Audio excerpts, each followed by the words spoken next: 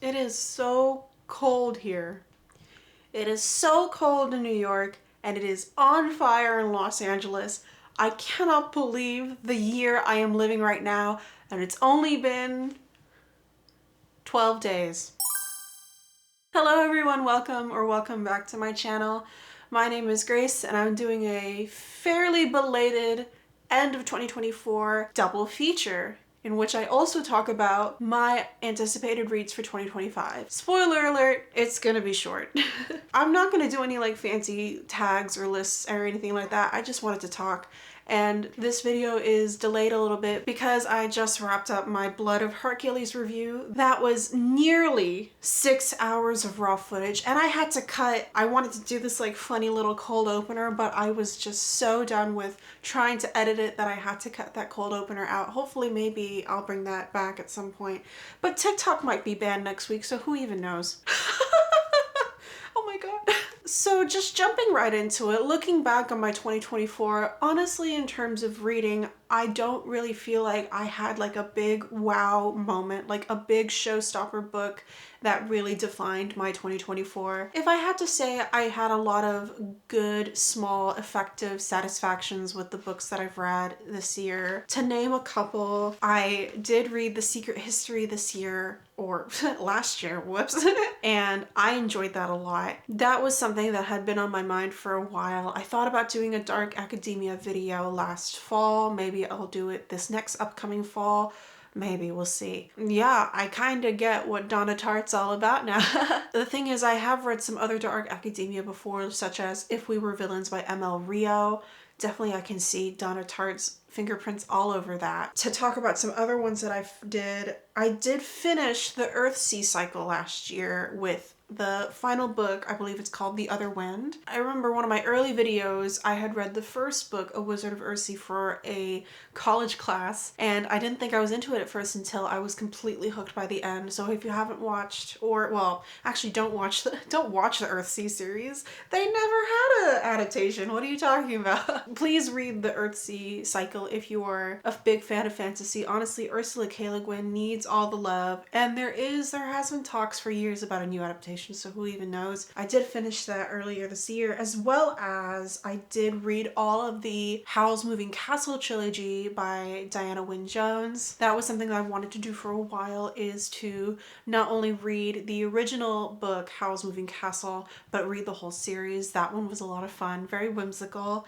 and I don't really like to use the term inner child, but it did touch, like, there was an inner child in here, and it did touch my inner child heart, so to speak. Talking about some videos as well, this year was pretty big for a lot of videos. A big one was To Gaze Upon Wicked Gods. Thank you all so much if you've watched it. And this is a good lead into books that kind of disappointed me this year, or I guess I had high expectations for, and I was a little bit let down. To Gaze Upon Wicked Gods was one of my, I guess, I'm just gonna be honest, it was one of my bigger disappointments this year. I guess to find a silver lining in it is to say that it taught me a lot, because I did a lot of research for that video in terms of Chinese mythology as well as Chinese history. I learned a lot from not liking it. And we'll see what the next book brings us, and that is To Kill These Monstrous Gods, which, again, I'm a little suspicious on why the title was changed from the original To Kill a Monstrous Prince. Are we gonna get some more about the gods? Are we gonna not kill a prince after all? We'll see how that goes. I am genuinely curious. And then there is the pairing as well. The pairing, I did rewatch my computer. I did rewatch my pairing video a while ago, and yeah, I mean, I guess I still think about that, even though it's been some time since September. Oof, duh, it's been some time since September. Yeah, my thoughts are still more or less the same, I feel, where it's just something personal about me, I think, and my own experiences coming into my reading perception of the story and the characters. If that's something you're interested in, if you are on the East Coast like me and need an escape from this cold, I think that if you're interested in it, then that could be a good book for you. Honestly, it's probably just a me thing. You know, that's just how reading is sometimes. It's very subjective. But I did want to touch upon a book that I don't think I mentioned at all on my channel, and that is Fellow Travelers. I forgot the author's name. Thomas Mallon? I think that's the author's name. I did read Fellow Travelers. I think it was early last year because the year before, at the end of 2023, I watched the show and I love the show. Love the show. I wanted to make a video about it. And you know, there's always an opportunity to make videos about things, whatever I want. That's my channel. So because I love the show so much, I decided to pick up the book. The book was this is gonna sound so mean, but it was like a huge bore. And I think it goes to show that a great adaptation can work wonders on any piece of literature. I can see where the bones of the show where they got them from the book. And I can see where in the book the writers of the show probably wanted to nitpick on that, expand on that, change those aspects, and expand the world, make it deeper, add these new characters to bring on these new perspectives on this certain period of time, the 50s during the Lavender Scare and McCarthyism in DC. Fellow Travelers, if I ever make a video on that, hopefully soon, hopefully at some point. I did not like the book, but the show is fantastic and it won like a bajillion awards last year. Or yeah, because blah blah blah, award season is so stupid. Anyway, I mean, Jonathan Bailey's always going to be popular forever now, right? Now that he's in Wicked. And then, of course, the Greek fire in the room, I don't even know, is Blood of Hercules by Jasmine Moss. That came at the tail end of last year. That was the hugest disappointment of my whole 2024. I did not hit a high point, but I definitely hit a low point when I read that book. It got me my longest video to date, made me go nuts. The heating in my apartment is kind of messed up right now, but goddamn did I push through to edit that video to make it as best as I could. Thank you all so much for those of you who've watched it, and go check it out if you haven't yet. Put it on in the background, put it on while you're washing dishes, while you're folding laundry, learn a lot about Greek mythology. I even talk about the goddamn book for like 40 minutes in that video or something, but that's just how crazy it is. I hate to get rid of this beautiful art that my friends left me, but that is what I'm gonna leave behind for into 2024. But then we do have the next book coming out in 2025. Oh boy, I'm not even gonna. And really quick, I do want to talk about some movies that I watched in 2024. Again, I don't feel like,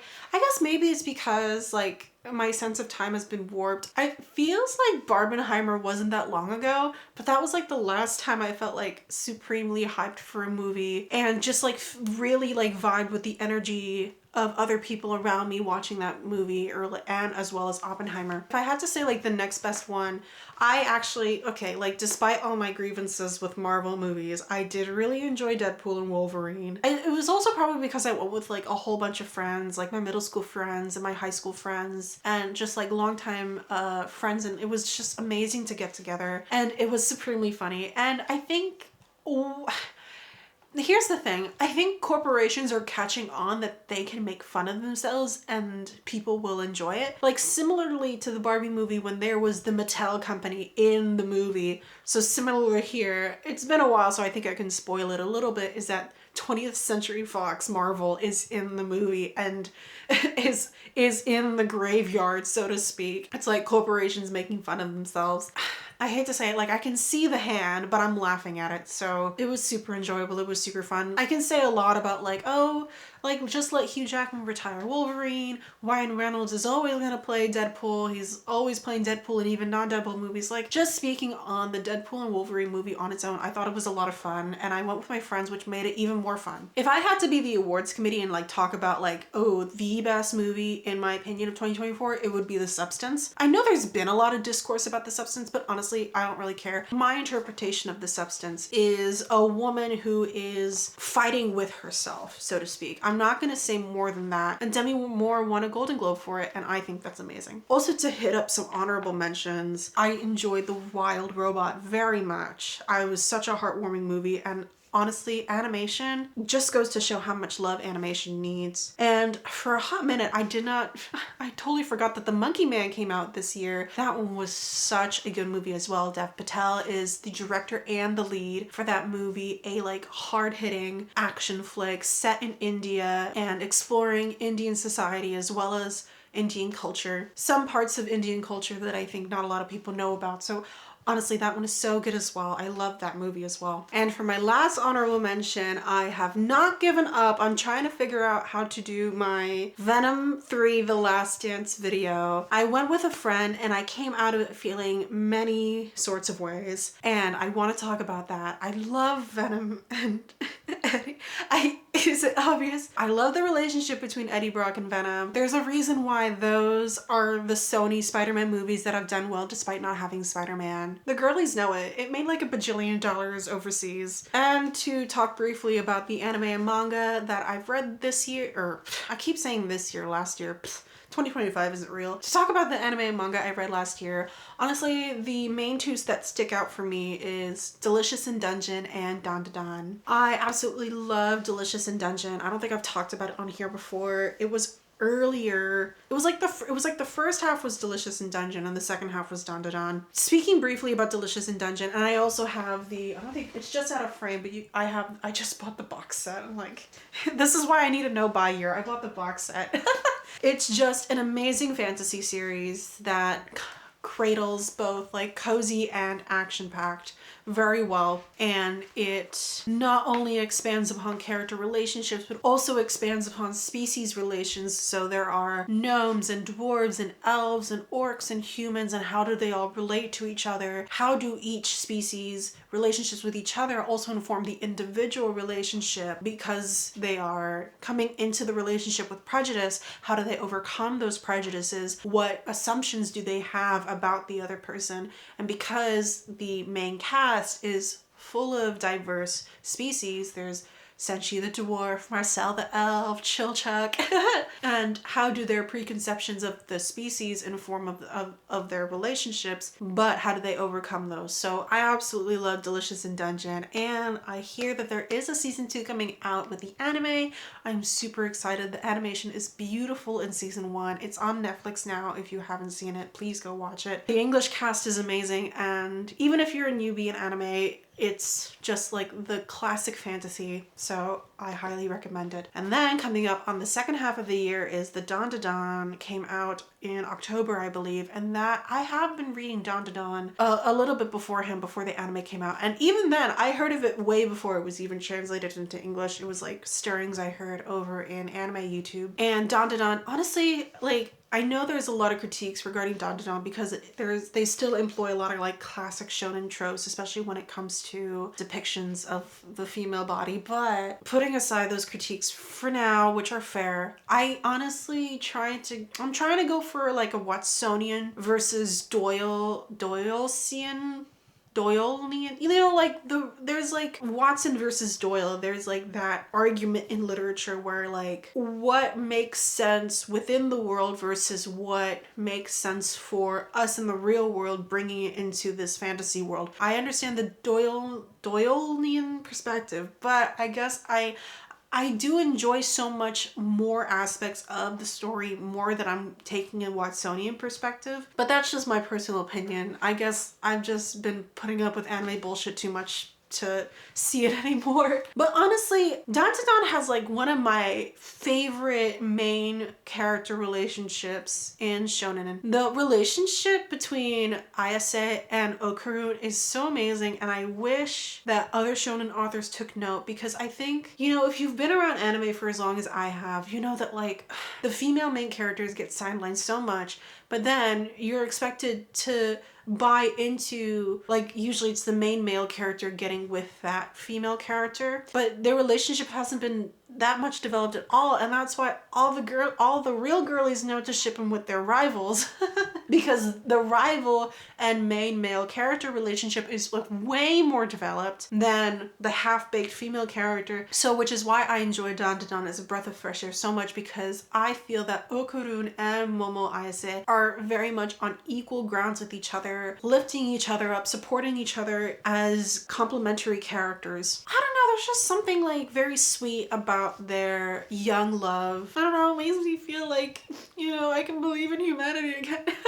So I am super excited for the season 2 of the anime continuing, also on Netflix, and I am still continuing with reading the manga as it comes out in English. So moving on from that, talking a little bit about my 2025, honestly, I'm not really sure, Phyllis. I'm not really looking forward to anything in 2025. I keep looking back on my Goodreads list. There's definitely books that I'm interested in, but like there hasn't been any that really like, oh, there's like that particular resonance that I like, oh, I'm really excited about this. There's some that I'm excited about, but there's not really any I can be for sure like I'm going to look forward to this. I think also probably because I didn't really have any big wow factors in 2024. There's no like residual excitement for 2025, I hate to say. Also probably my own fault because, you know, my ADHD decides for me basically what books I'm going to read next. I decided this year is going to be a no-buy year. I'm gonna try. It's been almost 2 weeks and I've done my no-buy year good so far. Basically, I'm gonna try not to buy any new books this year. I am so behind on books that I have bought already that I look at and I'm like, I'm going to read you, I want to read you. I got my copy of Heavenly Tyrant by Shirin J. Zhao and I really want to read it. But I told myself I was gonna read these library books that I have these other books and then these other books, and then again, if you've watched my bookshelf organization, you know that all of these books on this shelf here are books that I have not read yet. I did my Read for Your Life 2-part reading vlog where I took 11 books, read them all, and decided whether or not I wanted to keep them. And basically some of them I liked, but ultimately I decided not to keep them. I'm trying to find my place with all of these books, like have these books find their place, you know what I mean? So I'm gonna try no by year, with the exception only if Dark Rise 3 comes out this year. I told myself I was going to do a Dark Rise 2 video. I didn't. So what I'm hoping to do when Dark Rise 3 comes out is to do a whole trilogy overview, but that's only if Dark Rise 3 comes out this year. Usually that's the trend because 2023 was Dark Rise 2, 2021 was Dark Rise 1, Dark Rise, Dark Air. So hopefully the trend is that Dark Rise 3, we don't know the title yet, is going to come out this year. I'm really hoping. I'm hoping so bad, Chief. We had a huge cliffhanger in Dark Air. So yeah, that is like my one exception. Well, technically my other exception is Electo the Ninth, but that has had no news. I don't even know when that one is coming out. So we'll see how that goes. If like those are like, well, okay. I keep giving myself concessions and I'm doing a no buy year. Okay, I guess if like for sure a book that I am super interested in, again, but like not super duper interested in, even though it's an author that I've talked about here before and that I love. Freya Marsk is coming out with a book called Cinder House, and it's a sapphic retelling of Cinderella. I am interested because I adore Freya Marsk's work. I have Swordcrossed here somewhere and I keep taking it with me to like my office and my bedroom and I'm like, I'm gonna read it, but then I catch up with other things and I don't read it. However, regarding the Cinderella retelling, I'm not wild about it because it's a fairy tale retelling. I'm not wild about it, but I admire this author a lot. So whenever more details come out, I might consider pre-ordering it. But again, I told myself I'm doing this no buy year and like I should be strict with myself, like do my discipline, my due diligence, doing this no buy year. We'll see how that goes. So that is basically pretty much all I have to say about 2024 and then going into 2025. Thank you all so much for your support in 2024. It means a lot to me, and you know, even if it's just a couple dozen views on a video, I want to talk about these things and I'm so happy that you're here to listen. Thank you all so much.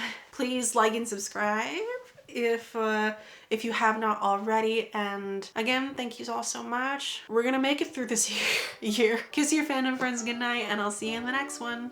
Bye.